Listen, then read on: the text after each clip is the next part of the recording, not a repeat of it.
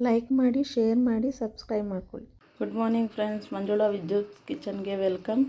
ನೋಡಿ, ಬದನೆಕಾಯಿ ಹೆಣ್ಗಾಯಿ ಮಾಡೋದನ್ನ ಹೇಗೆ ಮಾಡೋದು ಅಂತ ನೋಡ್ಕೊಂಡು ಬನ್ನಿ. ನೋಡಿ, ಎಣ್ಣೆ ಬದನೆಕಾಯಿಗೆ ಇಡೀ ಬದನೆಕಾಯಿ ತೊಗೊಂಡಿದ್ದೀನಿ ನಾನು. ಇಡೀ ಬದನೆಕಾಯಿ ತೊಗೊಂಡು ಈ ಥರ ಪೀಸಸ್ ಮಾಡ್ಕೊಂಡಿದ್ದೀನಿ. ನೋಡಿ, ಕಟ್ ಮಾಡ್ಕೊಂಡು ತೊಳ್ಕೊಂಡು ಉಪ್ಪಾಕಿಟ್ಕೊಂಡಿದ್ದೀನಿ, ಕಪ್ಪಾಗಿಬಿಡುತ್ತೆ ಅಂತ. 6 ಬದನೆಕಾಯಿ ತೊಗೊಂಡಿದ್ದೀನಿ ಎಣ್ಣೆ ಬದನೆಕಾಯಿಗೆ. ಮತ್ತು ಇದು ಫ್ರೈ ಮಾಡ್ಕೊಳ್ಳೋಣ. ಒಂದು ಈರುಳ್ಳಿ, ಶುಂಠಿ, ಬೆಳ್ಳುಳ್ಳಿ ಇದು ಫ್ರೈ ಮಾಡೋಕ್ಕಿಡೋಣ. ಮತ್ತು ಮಸಾಲೆಗೆ ಅರ್ಧ ಕಡಿ ಕಾಯಿ, 1 ಸ್ಪೂನ್ ಧನಿಯಾ ಪೌಡರು, ಎಲ್ಲ ಗರಂ ಮಸಾಲೆ ಎಲ್ಲವೂ ಇದೆ, ಮನೆಯಲ್ಲೇ ಮಾಡಿರೋಂಥ ಚಿಲ್ಲಿ ಪೌಡರು 1 ಸ್ಪೂನು, ಮತ್ತು ಕೊತ್ತಂಬರಿ ಸೊಪ್ಪು ಸ್ವಲ್ಪ, 1 ದಪ್ಪ ಟೊಮೊಟೊ. ಈಗ ಇದನ್ನು ಫ್ರೈ ಮಾಡ್ಕೊಳ್ಳೋಣ. ಎಣ್ಣೆ ಬದನೆಕಾಯಿಗೆ ಎಷ್ಟು ದಪ್ಪನಾದರೂ ಹಾಕ್ಬೋದು ನೀವು, ಇನ್ನು ಬೇಕಾದ್ರೆ ಸಣ್ಣಗೆ ಬೇಕಾದರೂ ಹಾಕ್ಬೋದು. ನೋಡಿ, ಈ ರೀತಿಯಾಗಿ ಸಣ್ಣ ಬದನೆಕಾಯಿ ಹಾಕಿದ್ರೆ ಇನ್ನೂ ಚೆನ್ನಾಗಿರುತ್ತೆ. ದಪ್ಪದ ಹಾಕಿದ್ರು ಓಕೆ, ಇಷ್ಟು ದಪ್ಪದ್ದು, ಇನ್ನು ತೀರ ದಪ್ಪದ ಹಾಕಬಾರ್ದು. ಈಗ ಆಯಿಲ್ ಹಾಕ್ಕೊಂಡು ಸ್ವಲ್ಪ ಫ್ರೈ ಮಾಡೋಣ. ಅದು ನೋಡಿ, ಈ ರೀತಿಯಾಗಿ ಫ್ರೈ ಮಾಡ್ಕೊಂಡು ಇದನ್ನು ಆಯಿಲ್ ಹಾಕ್ಕೊಂಡು. ಈಗ ಇದು ಫ್ರೈ ಆಗಿದೆ. ಈಗ ನೋಡಿ, ಇದೆಲ್ಲವನ್ನು ಇದಕ್ಕೆ ಹಾಕ್ಕೊಳ್ಳೋಣ. ಪುಡಿ ಸೀದೋಗ್ಬಿಡುತ್ತೆ, ನೋಡಿಕೊಂಡು ಫ್ರೈ ಮಾಡ್ಕೊಳ್ಳಿ.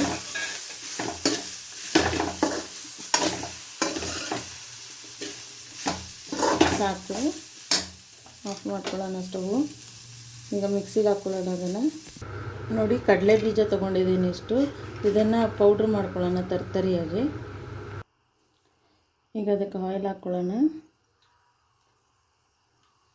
ಸ್ವಲ್ಪ ಆಯಿಲ್ ಜಾಸ್ತಿನೇ ಇರಲಿ. ಈಗ ಈರುಳ್ಳಿ ಹಾಕ್ಕೊಳ್ಳೋಣ, ಅದು ಫ್ರೈ ಆಗ್ತಾ ಇರಲಿ. ಈಗ ನೋಡಿ, ರುಬ್ಬಿಟ್ಕೊಂಡಿರೋ ಮಸಾಲೆ, ಸ್ವಲ್ಪ ಕಡಲೆ ಬೀಜ ಪೌಡ್ರು, ಇದೆರಡನ್ನು ಹಿಂಗೆ ಮಿಕ್ಸ್ ಮಾಡ್ಕೊಳ್ಳೋಣ.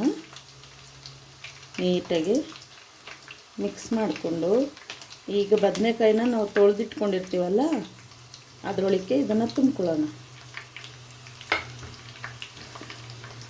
ನೋಡಿ, ಈ ರೀತಿಯಾಗಿ ತುಂಬಿಟ್ಕೊಳ್ಳೋಣ.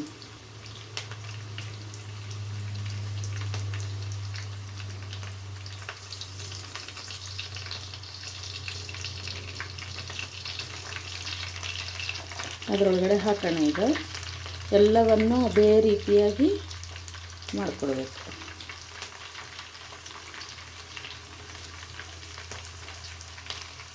ನೋಡಿ, ಈಗ ಎಲ್ಲನೂ ಹಾಕಿದ್ದೀನಿ. ಇದು ಎಣ್ಣೆನಲ್ಲೇ ಫ್ರೈ ಆಗಬೇಕು ಫುಲ್ಲು.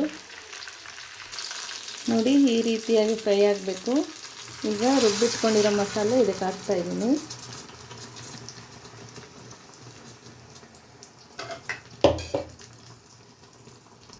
ಈಗ ನಾನು ಕಡಲೆ ಬೀಜ ಎಲ್ಲ ಪೌಡ್ರ್ ಮಾಡಿಟ್ಕೊಂಡಿದ್ನಲ್ಲ ಅದನ್ನು ಇದಕ್ಕೆ ಹಾಕ್ಕೊತಾ ಇದ್ದೀನಿ ಪೂರ್ತಿಯಾಗಿ.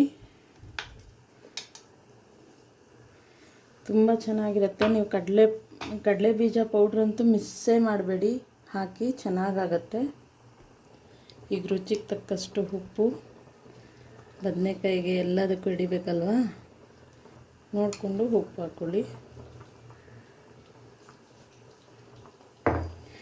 ರೊಟ್ಟಿಗೆ, ಮುದ್ದೆಗೆ, ರೈಸಿಗೆ, ಜೋಳದ ರೊಟ್ಟಿಗಂತೂ ಸೂಪರಾಗಿರುತ್ತೆ. ನಾನು ನೆಕ್ಸ್ಟ್ ನಿಮಗೆ ಮಾಡಿ ತೋರಿಸ್ತೀನಿ. ಈಗ ನಾನು ರೈಸಿಗೆ ತೋರಿಸ್ತಾ ಇದ್ದೀನಿ. ಜೋಳದ ರೊಟ್ಟಿಗಂತೂ ತುಂಬ ಚೆನ್ನಾಗಿರುತ್ತೆ.